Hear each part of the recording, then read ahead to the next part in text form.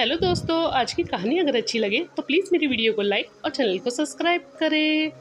रात के 10 बजे रंजना रूम में आई तो मोबाइल पर लगा रहा अमन ने मोबाइल बंद किया और प्यार से पत्नी की ओर बाहें फैला दी। थकी हुई रंजना भी 2 पलों के लिए सुकून से भर उठी। वो अमन के साथ बैठी ही थी कि तभी सास की तीखी आवाज़ से वह हैरान रहेगी कि सास आखिर आधी रात को रसोई में खड़ी होकर उसे गालियाँ क्यों दे रही है। वो हड़बड़ाकर रसोई में पहुंची तो सास उसे घूरते हुए बोली, बहू ये क्या है, तुमने झूठे गिलास सिंक में ऐसे ही छोड़ रहे, इसे धो नहीं सकती थी। रंजना हैरानी से बोली, मम्मी जी मैं तो सारा बर्तन साफ करके ही रसोई से गई थी, ये गिलास कहाँ से आ गए। वो गुस्से में बोली, मुझे क्या पता कहाँ से आ गए, ये बहाने मत बनाया करो, चुपचाप सारा काम निपटा कर ही अपने रूम में जाया करो। पता नहीं पति के पास जाने की ऐसी भी क्या आग लगी रहती है कि घर के काम ही दिखाई नहीं देते महारानी को। मैं तुम्हें यहाँ केवल अपने बेटे से इश्क लड़ाने के लिए नहीं लाई थी, समझे तुम। रंजना हैरानी से बोली, माँ जी ये आप कैसी बातें कर रही हैं, और मैं आपको कह रही हूँ ना कि मैं सारा काम खत्म करके ही किचन से गई थी, ये गिलास कहाँ से आ गए मुझे नहीं पता। निर्मला जी ने मन ही मन कुटिलता से मुस्कुराई और सोचने लगी कि ये गिलास तो मैंने ही जानबूझकर झूठा करके रख दिए थे। वह गुस्से में चिल्लाते हुए बोली, काम करने का होश तो रहता नहीं है और उल्टा मुझसे ही बहस कर रही है, चुपचाप गिलास धोकर रख देना।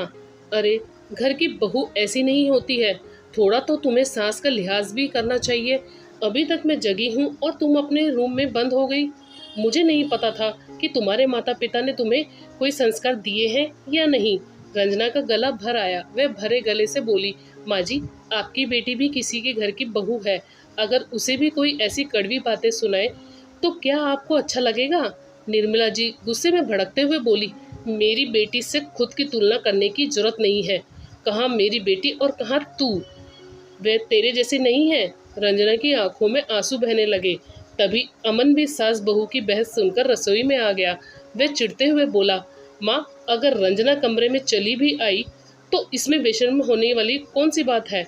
आप आधी रात तक बैठकर टीवी देखती रहती हैं, तो क्या रंजना आराम करने के लिए रूम में नहीं आ सकती। उसकी माँ गुस्से में बोली, जब मैं मर जाऊंगी ना तब तुम लोग आराम से रहना, कम से कम मेरे जीते जी तो थोड़ा लिहाज कर लेते। अब तू भी पत्नी का पक्ष लेकर बोलने लगा, तू भी इसके साथ रहते रहते बदतमीज हो गया है। इतना कहकर वह गुस्से में पैर पटकते हुए वहां से चली गई और अमन हैरान रह गया।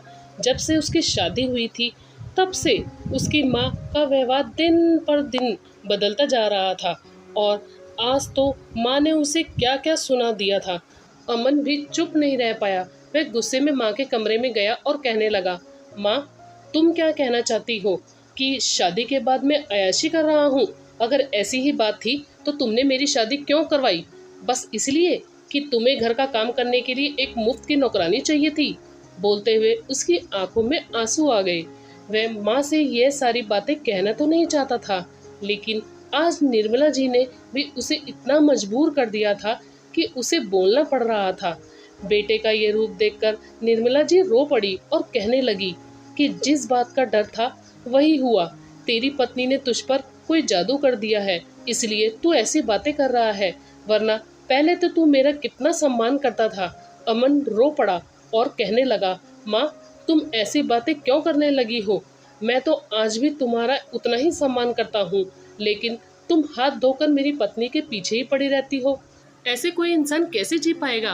वह तैश में कहने लगी, हाँ हाँ मैं बहुत बुरी हूँ, तो क्यों रह रहा है मेरे घर में, निकल जा मेरे घर से और कर ले अपनी पत्नी की सेवा। मेरे ही घर में तुम लोग मुझे ही आंखें दिखा रहे हो। अमन को भी गुस्सा आ गया और वह कहने लगा, माँ घर तो परिवार के सदस्यों के आपसी प्यार से बनता है, कड़वाहट से नहीं। अगर तुम्हें ऐसा लगता है कि हम इस घर में रहने के लायक नहीं हैं तो हम ये घर छोड़कर चले जाएंगे। वह भी गुस्से में कहने लगी, हाँ हाँ तो चले जाओ मुझे छोड़कर, अब बुढ़ापे में कौन मुझे देखेगा, मैं तो बेकार हो गई ना। इतना कहकर वह सिसकने लगी।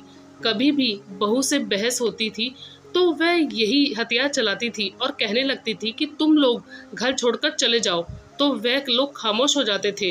लेकिन इस बार अमन ने भी सोच लिया था कि वह माँ को सबक सिखाकर रहेगा, और अगर उन्हें ये परवाह नहीं की कि बेटा बहू को कितनी चोट पहुंच रही है, तो वह भी आखिर अकेला कब तक माँ की परवाह करेगा।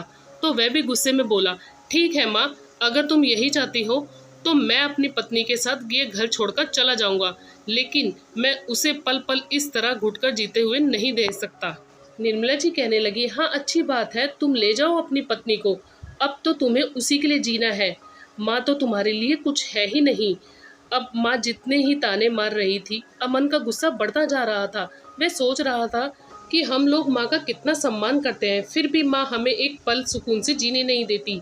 उसने भी ज़्यादा नहीं सोचा, कमरे में आकर वह अपनी पत्नी से बोला, तुम सामान पैक करना शुरू करो, हम जल्दी ही घर छोड़कर चले जाएंगे। इस बात पर रंजना घबरा गई और कहने लगी, लेकिन माँ जी अकेले कैसे रहेंगी। तो वह कहने लगा, माँ हमेशा हम लोगों से कहती रहती है कि तुम लोग चले जाओ, मैं अकेले रह लूँगी। तो मैं भी देखता हूँ कि माँ कितने दिन तक अकेले रह सकती है, और अगर माँ को हमारी ज़रूरत नहीं है तो फिर दिन रात यहाँ उनकी गालियाँ सुनने के लिए क्यों रहोगी। रंजना खामोश हो गई थी। अगली सुबह ही रमन ने ऑफिस से छुट्टी ली और दिन भर घूमने के बाद उसने किराए के मकान का इंतजाम कर लिया था। शाम तक उसने अपनी पत्नी के साथ घर छोड़ भी दिया। निर्मला जी ने उसे रोकने की कोशिश नहीं की, वह अलग ही घमंड में थी। शुरुआत में एक सप्ताह तो उन्होंने खूब जमकर शॉपिंग की, खाना बनाया और घूमने गई, लेकिन धीरे धीरे खाली घर उन्हें काटने लगा था। और शुरुआत में तो शौक से उन्होंने खाना बना लिया था, लेकिन अब उन्हें लग रहा था कि बहू थी तो मैं आराम करती रहती थी और बहू गर्म रोटियां सेक कर खिला दिया करती थी। उन्होंने अपनी बेटी अनु को फ़ोन करके सब कुछ बताया, तो उनकी बेटी उन्हें डांटने लगी और कहने लगी, भैया भाभी तुम्हारा कितना ध्यान रखते थे, तुमने उन लोगों को घर से जाने कैसे दिया। तुमने अपने हाथों ही अपना बुढ़ापा खराब कर लिया है। 2 सप्ताह के अंदर ही उनकी हालत खराब हो चुकी थी। अब उनसे घर के काम भी नहीं हो रहे थे, तो उन्होंने खाना बनाने वाली को ढूंढना शुरू किया। एक खाना बनाने वाले आई, तो जब उसने खाना बनाया तो इतना मिर्च मसाला था कि निर्मला जी का मुंह जलने लगा था। वह दूसरी कुक की तलाश में जुट गई थी। धीरे धीरे समय बीतता जा रहा था और अकेले ही उन्हें सारा काम करना पड़ रहा था। अब उन्हें समझ में नहीं आ रहा था कि पैसा खर्च करने के बाद भी ज़रूरी नहीं कि कोई अपनों की तरह ध्यान रख पाए। ऊपर से बेटे से वह बहुत प्यार करती थी और उन्हें उसकी याद भी बहुत आ रही थी। तो एक दिन उन्होंने अमन को फ़ोन लगा दिया और कहने लगी, नालायक, मैंने तुझे 4 बातें बोल दी तो तू माँ को छोड़कर चला गया। बचपन में भी तो मैं तुझे कितना डांटती थी, तब तो तू कहीं नहीं जाता था। बड़ा होने के बाद तुझ में ज़्यादा घमंड आ गया है क्या। अमन दुखी मन से बोला, माँ शुरुआत से ही मैं और मेरी पत्नी तुम्हारा इतना ध्यान रख रहे थे, तब तो तुम खुश हुई नहीं, तो अब क्या ही खुश रह पाओगी, इसलिए हमारा दूर रहना ही सही है। अब तो निर्मला जी का चेहरा पसीने से भीगने लगा। वह धीरे से बोली, देख बेटा, पता नहीं मैं इस दुनिया में कितने दिनों की मेहमान हूँ, तू घर वापस आ जा, मुझे तेरे साथ ही रहना है, मुझे अच्छा नहीं लग रहा है। तब अमन बोला कि माँ, तुम कहती हो कि जब तुम इस दुनिया से चली जाओगी तब मैं अपनी पत्नी के साथ आराम से रहूं, लेकिन मैं उस दिन का इंतज़ार नहीं करना चाहता, क्योंकि मैं नहीं चाहता कि तुम्हें कभी कुछ हो, इसलिए हम दूर ही रहेंगे तो ही ठीक रहेगा। किसी को सुकून से जीने के लिए किसी के जाने का इंतज़ार करना पड़े, इससे बड़ी दुख की बात और क्या हो सकती है। अब तो निर्मला जी शर्मिंदगी भरे स्वर में बोली, बेटा मुझे माफ़ कर दे, मैं तुम लोगों के बिना अकेले नहीं रह सकती, तुम लोग घर आ जाओ, और अगर आगे से मैंने बहू के साथ कोई गलत व्यवहार किया तब तुम फिर से घर छोड़कर चले जाना, मैं तुम्हें नहीं रोकूंगी। कहते कहते वे फ़ोन पर ही सिसकने लगी। तो अमन का दिल भी पिघल गया। उसने रंजना से इस बारे में बात की तो वह कहने लगी कि मैं तो पहले ही घर नहीं छोड़ना चाहती थी। माँ जी का तो स्वभाव ऐसा है कि बातों से दुख तो होता है था, लेकिन मैंने ये नहीं सोचा था कि मुझे घर छोड़कर भी जाना पड़ेगा। खैर, अमन ने जो कदम उठाया था उसका सकारात्मक प्रभाव दिखाई दे रहा था। वे लोग घर वापस आ चुके थे। अब निर्मला जी बेटे बहू को ज़रा भी परेशान नहीं करती थी और वह बहू के साथ भी धीरे धीरे सामान्य व्यवहार करने लगी थी। रंजना को भी खुशी थी कि उसके पति के एक कठोर कदम से उनके जीवन के सारे दुखों को ही समाप्त कर दिया था। इधर निर्मला जी भी अब अपना जीवन अपने हिसाब से जी रही थी और बेटे बहू को भी उनके हिसाब से ज़िंदगी जीने दे रही थी। अब वे जानबूझकर बहू को कभी परेशान नहीं करती थी।